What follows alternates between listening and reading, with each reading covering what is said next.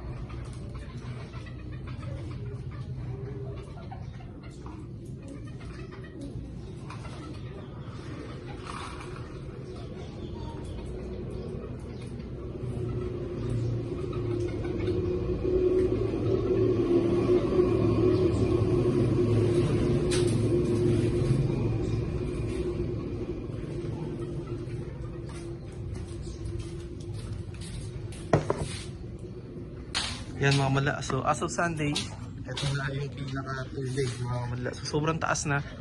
Pagpunta pa natin yan, makita nyo kung gaano nakalalim. So nung Sabado kasi is hanggang dito lang oh. Dito sa may line. Or dito pa sa gitna.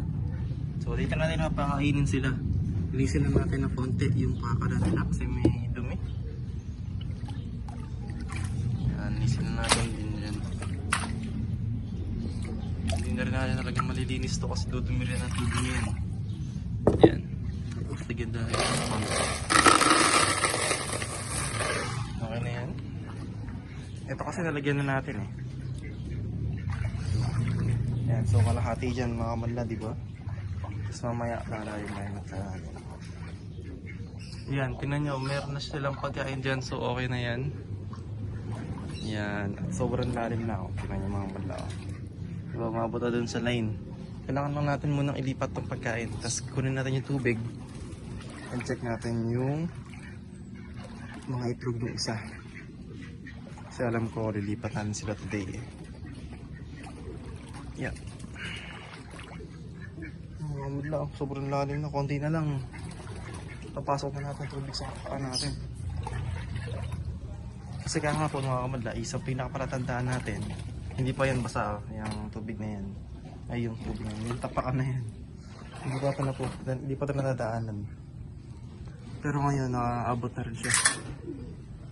It's bad news yun mga kamadla. Iwan muna natin yun dyan. Kasi nililipat natin.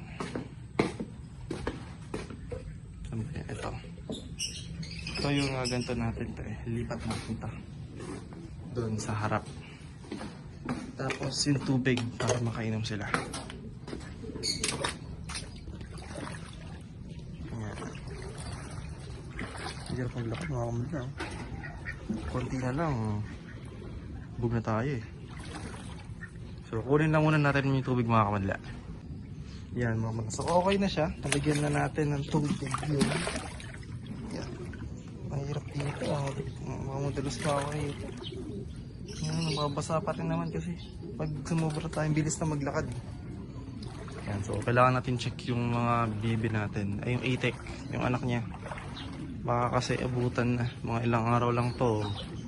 Pag tuloy-tuloy pa to, aabot na talaga itong mga madla. Taas lang natin to. Yan. May tapakan dito eh. Yan, itong tapakan to. Tapos check natin yung yun o. Yun mga wala yung mga anak niya. Ito nyo, sobrang ganda ng mga anak. Wait lang, nakabasa na tayo. Umaabot pag gumaganda tayo. Sumisigo. Hanap tayo ng paraan para maka-pwesto. Yan. Mga pag ganito. Yan mga muna. So okay na sila. Yan. So ilan na ba? 1, 2, 3, 4, 5. Ayan, lima pa lang mga madla. 1, 2, 3. Yan, oo mga madla. 5 pa lang. So marami pang natira. Meron pang manok ng itlog. Meron pang itlog ng manok mga madla. Yan, so 5 pa lang. So tatanong natin kung kukunin na ba natin sila. Pero feeling ko di pa natin kukunin mga yan eh. Kasi konti pa lang.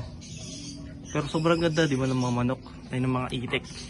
Itik yun mga kamada kasi may halo silang itik. Yung itong mga itim. Pero ang ganda. Halo-halo yung mukha. Yan, check out natin. So yun. Sigla na sila kasi kahapon daw. Sabi ni Tatay Mala is 2 pa lang sila or 3. Ngayon nadagdagan ng 2 or 3. Ayan. Mamaya mga Mala, check natin mamayang hapon. Titingnan natin kung kukunin pa natin or hindi. Check natin mamaya. Tsaka tabi natin to. Kasi yung mga itlog ng manok na to, lagi pumupunta rito eh. Kasi nga inaaway nila yung bibi na to. Yan, balik muna tayo dito and check natin mamaya if kukunin natin siya or hindi.